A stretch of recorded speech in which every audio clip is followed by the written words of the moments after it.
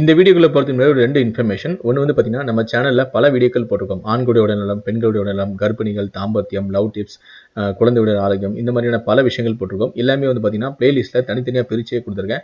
So நீங்கள் எந்த விஷயத்தை அதிகமாக தெரிஞ்சுக்கணும் விரும்புனீங்களோ அந்த பிளேலிஸ்ட்டில் போய் நீங்கள் ப்ளே பண்ணி பார்த்தீங்கன்னா, அது ரிலேட்டடான பல விஷயங்கள் உங்களால் தெரிஞ்சுக்க முடியும். இரண்டாவது வந்து பார்த்தீங்கன்னா, நம்மளுடைய சேனலில் இப்போ வந்து நான் ஃபேஸ்புக்லையும் ஓப்பன் பண்ணியிருக்கேன். ஃபேஸ்புக்கில் வந்து ஆரோக்கியமாக வாழ்க அப்படின்னு ஒரு ஃபேஸ்புக் ஓப்பன் பண்ணியிருக்கேன்.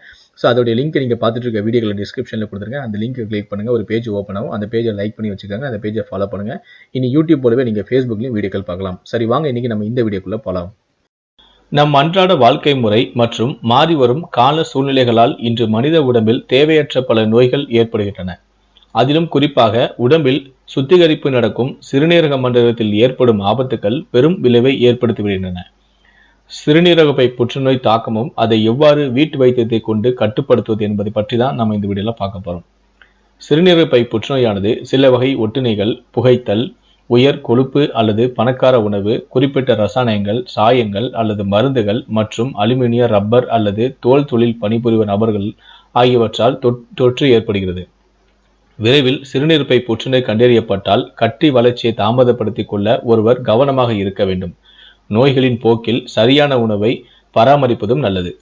இது எப்படி உண்டாகிறது என்றால், சிறுநீர்ப்பை சிறுநீரகத்துக்கு முன்பாக சிறுநீரை சேமிப்பதற்கான செயல்பாட்டை செயல்படுத்தும் கழிவு பொருட்களின் பகுதியாகும். சிறுநீர்ப்பை யூரோஹெலியம் என்ற செல்கள் என்று அழைக்கப்படுகிறது.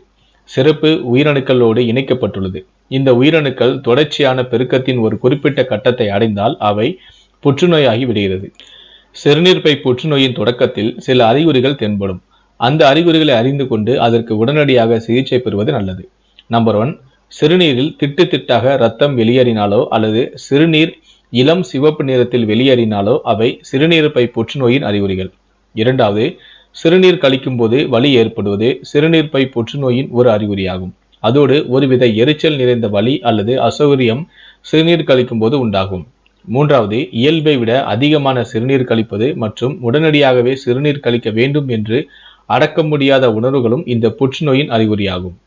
முதுகு கீழ் பகுதியில் அல்லது அடிவயிற்று பகுதியில் தாங்க முடியாத வலியை உணரக்கூடும். இதுவும் சிறுநீர்ப்பை புற்றுநோயின் தாக்கமே. மேலும் ஐந்தாவது, எலும்புகளின் வலி ஏற்படுவது, சோர்வு, பாதங்களில் வீக்கம் மற்றும் பசியின்மை மற்றும் உடல் எடை குறைவது போன்ற அறிகுறிகளும் சிறுநீர்ப்பை புற்றுநோயின் ஆரம்ப நிலையை குறிக்கும். மேலும் சில ஆரோக்கியமான உணவு உட்கொள்வதால் சிறுநீர் புற்றுநோயின் ஆபத்தை குறைக்க உதவும். இந்த உணவு வகைகள் முழுமையாக புற்றுநோயை குணப்படுத்தாது, ஆனால் புற்றுநோய் கட்டி வளராமல் இருக்க வழி செய்யும். அப்படிப்பட்ட உணவுகள் என்னவென்றால், திராட்சை சாறு, கீரைகள், தக்காளி, பார்லிசி, கேரட், பீன்ஸ், பார்கோலி, முட்டைக்கோஸ் மற்றும் காலிஃப்ளவர். கண்டிப்பாக நீங்கள் உடற்பயிற்சியும் ஒரு ஆரோக்கியமான உணவு போல இதுவும் புற்றுநோய் ஆபத்தை குறைக்க உதவும் என்று ஆராய்ச்சிகளும் தெரிவிக்கின்றன.